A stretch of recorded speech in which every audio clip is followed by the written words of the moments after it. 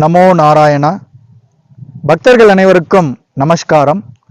இந்த சிறிய காணொளியில் வைணவ அடியார்களுடைய பெயர்கள் தாசன் மற்றும் தாசி என்று இறுதியில் ஏன் அமைகிறது என்பது குறித்த ஒரு தெளிவான கருத்தை காணலாம்.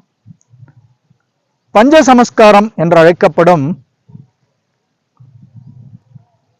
மூத்த வைணவ ஆச்சாரியாரால் பக்தர்களுக்கு வழங்கப்படுவதுதான் செய்விக்கப்படுவதுதான் பஞ்ச சமஸ்காரம். இது நிறைய ஐதீகங்களை கொண்டது.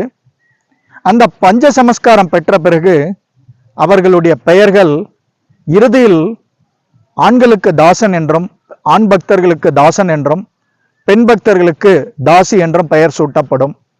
உதாரணமாக ராமானுஜதாசன், ராமானுஜதாசி, ஸ்ரீனிவாசதாசன், ஸ்ரீனிவாசதாசி.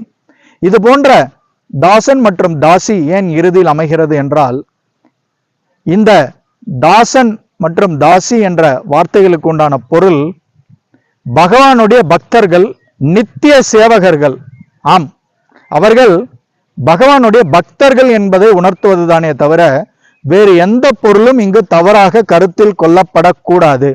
சில பக்தர்கள் தாசி என்றால் ஏதோ ஒரு அமங்கலமான வார்த்தை, அது நல்ல வார்த்தை அல்ல, ஏதோ தவறான ஒரு பொருளை சுட்டிக்காட்டும் ஒரு வார்த்தை என்று தவறாக புரிந்து கொள்கிறார்கள்.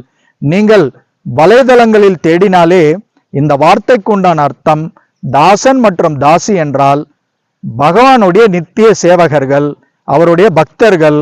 அனுதினமும் காலை துயில் எழுந்தது முதல் இரவு உறங்க செல்லும் வரை பகவானுடைய நாமத்தையே துதித்து கொண்டு அனைத்து செயல்களையும் அவருக்கு அர்ப்பணித்து இன்பம் காண்பவர்கள் என்பதுதான் இந்த வார்த்தைகளுக்கு உண்டான பொருள், அதாவது தாசன் மற்றும் தாசி. ஆதலால் பக்தர்கள் யாரும் இந்த தாசன் மற்றும் தாசி என்கிற வார்த்தைகளுக்கு தவறான பொருளை யாராவது சுட்டிக்காட்டினால் நீங்கள் துளியும் அதை நினைத்து வருந்த தேவையில்லை. ஏனென்றால் பகவானுடைய நித்திய சேவகர்களாக இருப்பதில் அனைவரும் பெருமை கொள்ள வேண்டும். இது மிகப்பெரிய பாக்கியம். அனைவருக்கும் இந்த பெயர் அமைந்து விடாது, அனைவரும் பஞ்ச சமஸ்காரம் அடைய பெற்றுக்கொள்ள முடியாது. ஆதலால் இந்த இரண்டு வார்த்தைகளும் மிக மிக திவ்யமான வார்த்தைகள், பகவானுடைய நித்திய சேவகத்தை குறிப்பது. மிக்க நன்றி. சர்வம் கிருஷ்ணார்ப்பணம். ஜெய் ஸ்ரீராம்.